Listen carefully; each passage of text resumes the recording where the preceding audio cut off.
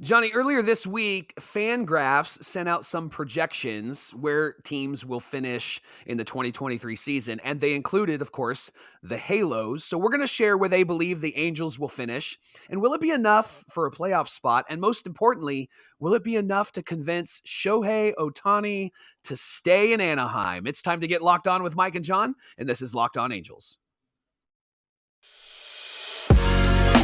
You are Locked On Angels, your daily Los Angeles Angels podcast. Part of the Locked On Podcast Network, your team every day. And John and I thank you for making Locked On Angels your first listen every day. Every show is free and available on all platforms like Apple Podcasts and Spotify.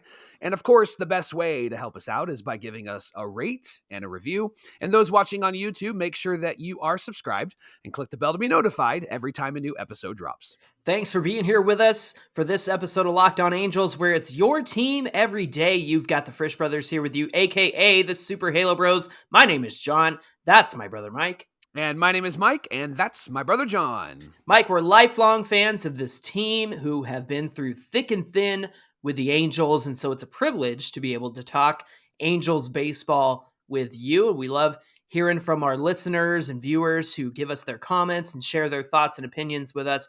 Really appreciate the back and forth conversation we get to have. And on today's show, we're going to take a look at the projections that came out from FanGraphs and where they see our Halos landing in 2023. They predicted where all the teams are going to finish in the standings. So let's start with this question. How did they even get to these numbers? Yeah. How do they figure these things out? Yeah. Let me take us through this, Mike. First of all, FanGraphs considers depth based on their personal opinion. So it is going to take some people kind of evaluating the depth pieces that teams have, what happens when an injury happens, and who's going to take that spot. So that's kind of personal opinion. They evaluate depth based on that. Second, they consider the injury risks for each player on the team, and that's why they start with depth. So if they're looking at the Angels, they're going to consider Anthony Rendon, Mike Trout, right? Those who have had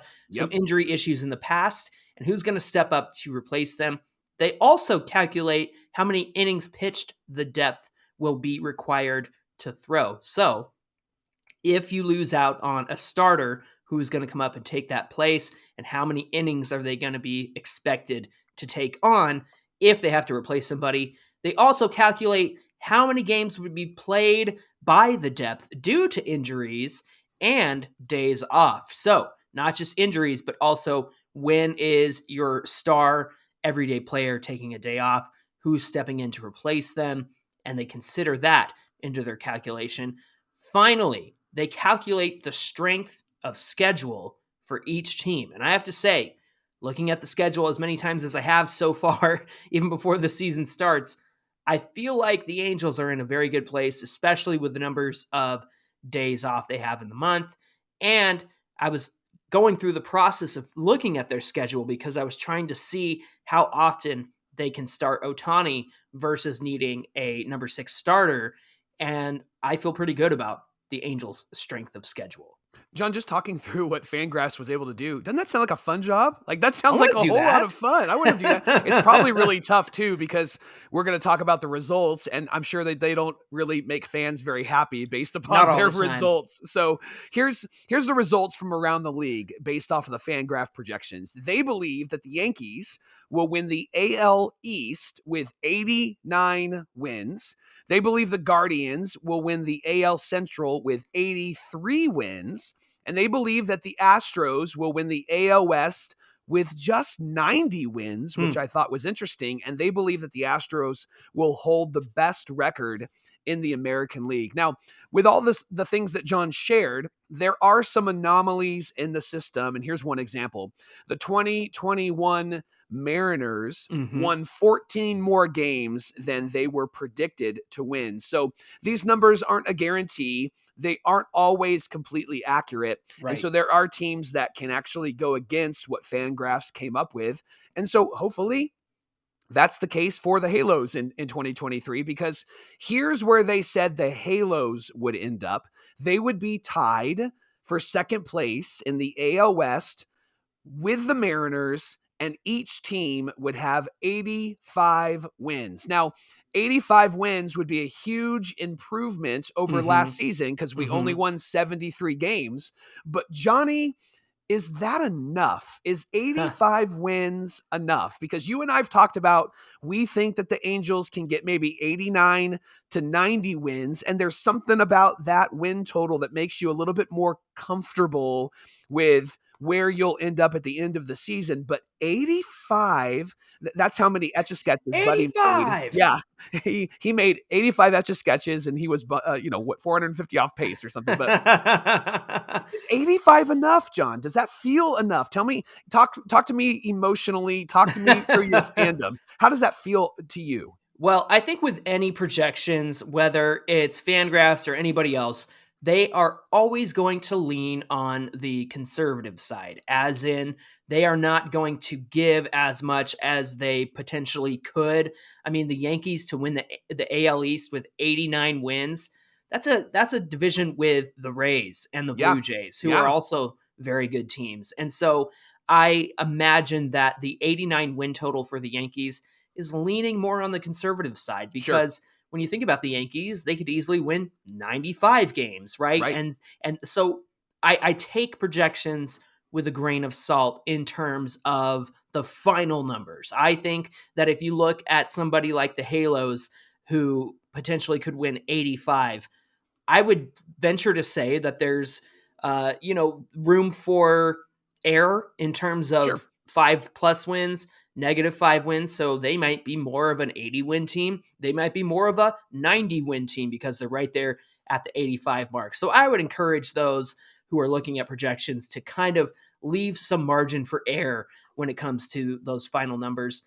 85 wins, I think the Angels can outperform that, Mike. I think that they're better on paper, and games are not played on paper.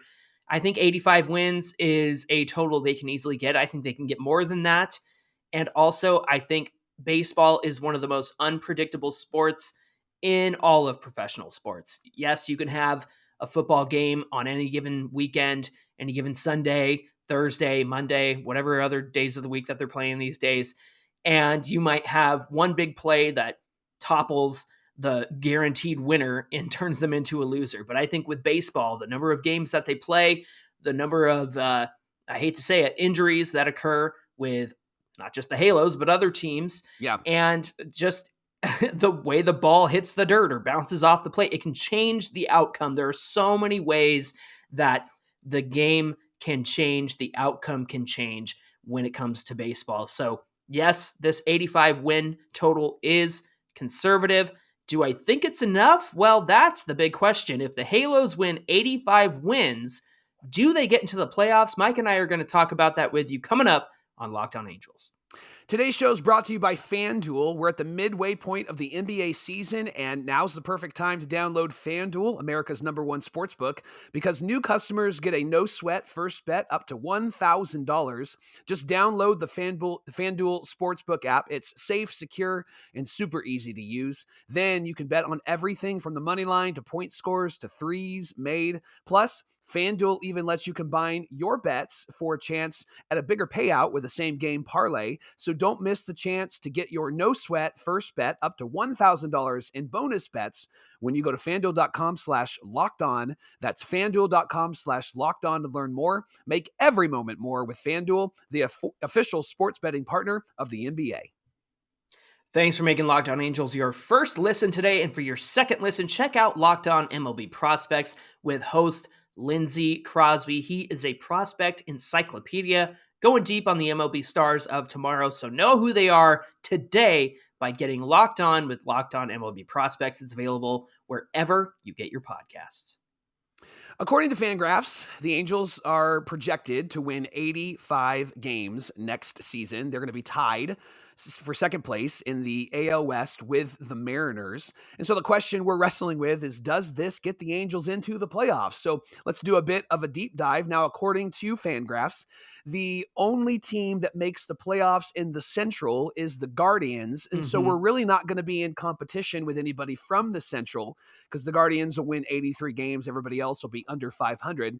Our competition is the AL West and the AL East. So let's start in the East and look at who we're battling out there. Obviously, the Yankees are out there. They're going to project to 89 wins plus, and so they're going to win the East. And then they've got the two other teams that you actually mentioned, John, the Jays and the Rays. And FanGraphs said that the Jays will be around 88 wins and the Rays will be around 86 wins. And according to playoff spots, that would be the first wild card, the Jays, and the second wild card would be with the Rays, which means, Johnny, there's only one spot left, and it's that doggone third wild card spot that we have been hoping and praying for. And I guess just everything's kind of lining up. That's probably where we're going to land next season, right? That's the spot that we thought we had a shot at last year, and there was no reason why we couldn't have had a shot at it until we had that 14-game losing streak. And we think we have a shot at it this year. But Mike, I really believe that the Angels can outplay that 85 win total. Like I said, plus 5, maybe minus 5. If things go bad, then the playoffs are not even a concern. But I think that they can outplay 85 wins. Here's the problem, though.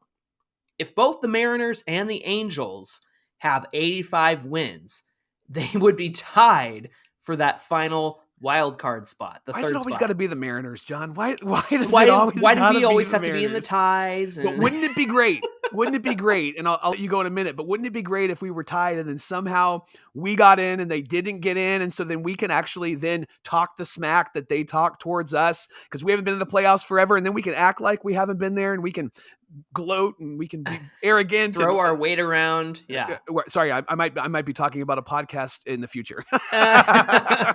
So there's a couple of ways they can break that tie, Mike, if the Angels and the Mariners both got to 85 wins. First of all, there's head-to-head records, which, good news, we actually, despite our terrible team last year, beat the Mariners 10 wins to 9 losses. And so for as much smack as they like to talk and how they snuck into the third wild card spot and how Jerry DiPoto got them there because they got an additional playoff spot and wouldn't have made it otherwise. Sorry, I'm going off on a tangent. Head-to-head records, we outplayed them last season, even with a month of no Mike Trout, right? Followed by interdivision records. So that would be across the same division. They also have intra-division records, which is across the different divisions, and then the last half of interleague games. So there's a couple of different ways that you can break a tie, essentially, but coming down to it, the Angels have to rise up and take on the M's and beat them in 2023. So if they happen to do it again, this would be the case for the playoffs. If they both landed at 85 somehow, then that'll be an interesting way to sneak into a third wild card spot. Right. Here's the question, Johnny. Is being a wild card team actually a good thing or a bad thing? I know in Angel history, it ended up being a good thing for us because the 0-2 team was a wild card team, a 99-win wild card team because those Oakland A's won 20 plus games in a row. Remember that season? Do you remember that season? I remember it. They should make a movie about it. They should make a movie about it. You're right.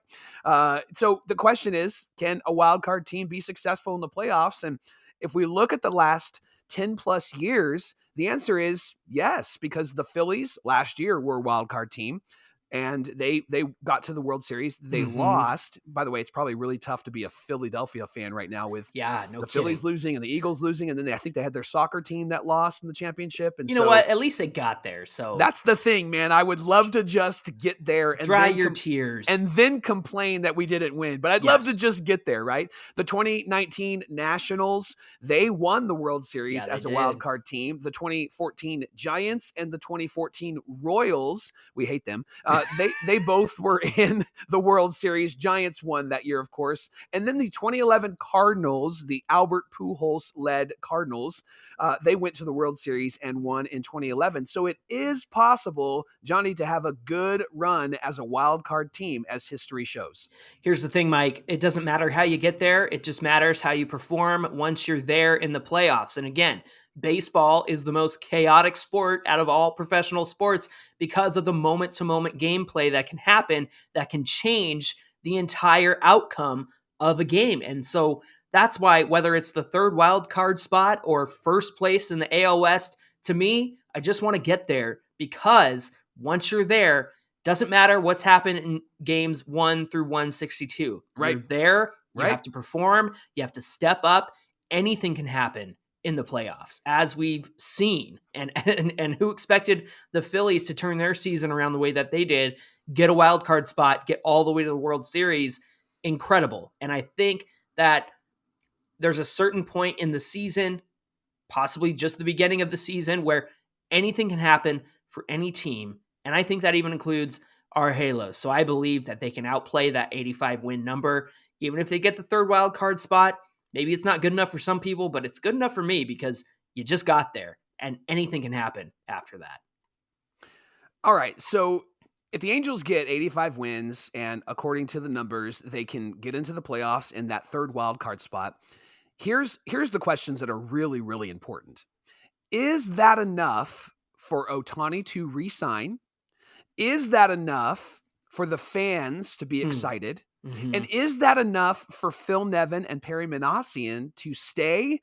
Of course, Perry will probably have to be fired. Nevin just has a 1-year contract. So is it enough? Johnny, let's start with Ohtani to re-sign with the Angels. If they get to the playoffs as the third wild card, is that enough for Shohei Ohtani to say, put pen to paper, I want to be here long-term in Anaheim?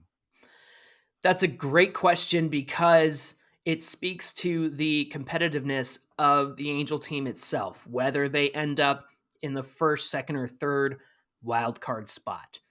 And I think on one hand, Ohtani would want to be on a competitive team, a team that expects to get to the playoffs every season. And I know the Angels have given us lots of lip service about how they want to win and how they want to, build a team that's going to get to the playoffs. I think that they've done a good job in creating that, as we talked about yesterday with Perry Minasian, building out the offense and the depth and being much improved over 2022. But with Ohtani wanting to stay, I think it comes down to how far they get in the playoffs, Mike. I think it comes down to how close they were to getting to the playoffs. Now, Ohtani is the kind of guy who looks at what's right in front of him and focuses on that. We've discussed this previously in that he's not speculating about his future. He's not speculating about what the Angels are going to do, what he's going to do. He says, all I need to do right now is focus on winning with the Angels. I'm with the Angels right now. I want to win. I'm going to do what I can do to get them there. So for Ohtani to re-sign, I don't think not getting to the playoffs, obviously, I think that that's going to be a bye-bye to Ohtani. Yeah. So for me, I think getting into the playoffs, whether it's winning the West or getting that third wild card spot, to me, it doesn't matter because once they're there and once Shohei's in the playoffs, he's going to do everything he can in his power to help get them further into the playoffs and get to a World Series. So I think if they get there, I think that's enough for Ohtani to stay. Okay.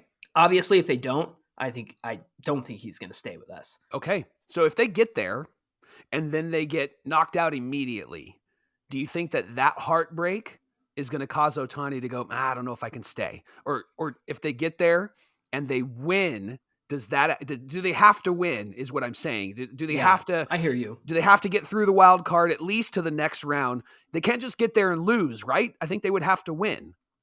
I think at that point, Ohtani is the kind of person who will wear that on his shoulders and say, I could have done better. I could have pitched better. Right. And this is expecting them to be 3 and out or whatever. Like, it's like, that's to say that they don't go anywhere in the wild card, they get swept or whatever. Yeah. But I think at that point, Ohtani is going to say, man, what are the things I could have done better? Because that's who he is. That's the kind of person that he is. Not that it's his fault. Obviously, nobody would ever blame Ohtani for any Angels loss, but he would, right? He would wear that responsibility. So I think getting to the playoffs and then, being booted out right away, I think he would wear that personally, and I don't think he would hold that against the team itself. Now, let's talk about the fans for a moment. Like, we want to make the playoffs. And we just Mm-hmm. talked about, like, Philadelphia, dry your tears. You've been in the World Series and the Super Bowl, right? We want to make the playoffs. But Johnny, I think that, and you said this earlier a few episodes ago, we can't just make it. We got to Right. make an impact. We have to be competitive. We have to compete. And so if, let's say we get knocked out in that first round, I think it's got to go all 3 games. And I think those 3 games have to be really, really close. Like, were we in it? Did we have a chance to win? And then the other team was just better. I think when you look at the Super Bowl, you look at like how Jalen Hurts played. Jalen Hurts could have been the MVP, even though his team lost, because they did not lose that game. Kansas City just made one extra play with a little help from the referee who called a holding penalty, right? Like, and so it was Hurts fumbled and it cost him a touchdown. So. I get that. But the game is tied, right? Yeah. They're right I'm with there. you. Yeah. And I think that's what the Angels need to be, is right there. They need to be competitive. They need to look like they belong there. I think I want them to be in the playoffs long enough. Obviously, I want to win the World Series. Right. Full disclosure, right? Right. But I want them to be in the playoffs long enough to where Mike Trout and Shohei Ohtani get the spotlight that they deserve. I want people talking. They're already talking about Ohtani. I want people talking about Mike Trout. I want people to see what he can do.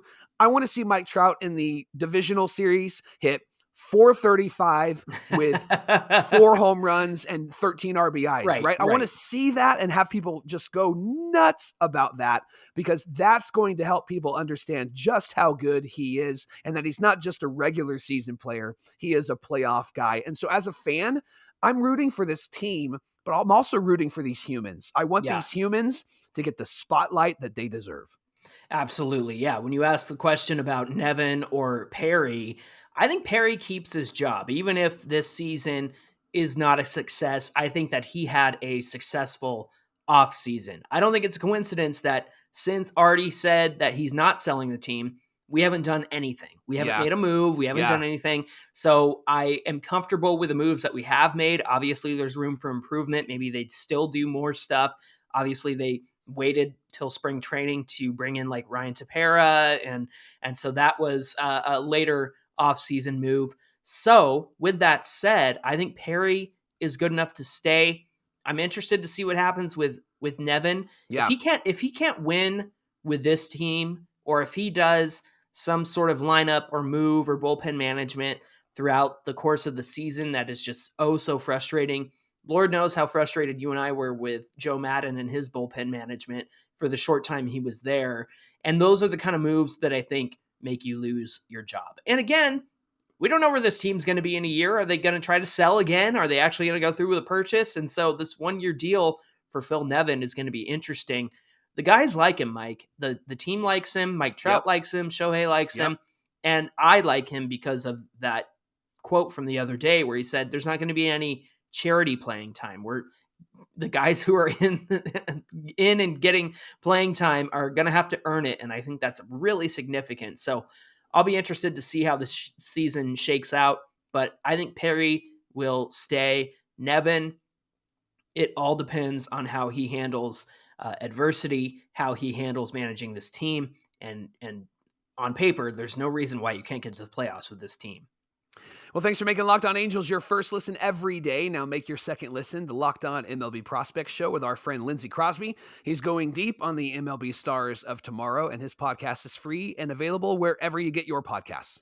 Hey, give us a follow on Twitter at Locked On Angels or at Super Halo Bros on Twitter and Instagram to keep up with everything Halos and Locked On Angels, the show, so you can have news and updates from us wherever you are on social media. Hey, Mike, what do we have on deck for tomorrow's show? Well, we talked a lot about Phil Nevin, so tomorrow's show, we're going to talk about who is Phil Nevin. We're going to look at him as the player and as the coach and as the manager, and then we're going to ask this question: what does Phil Nevin need to do to be here long-term? That's tomorrow on Locked On Angels. Looking forward to that conversation, and we hope that you'll join us again. In the meantime, my name is John, and that's my brother Mike. And my name is Mike, and that's my brother John. That's going to do it for this episode of Locked On Angels, and we'll see you back here tomorrow.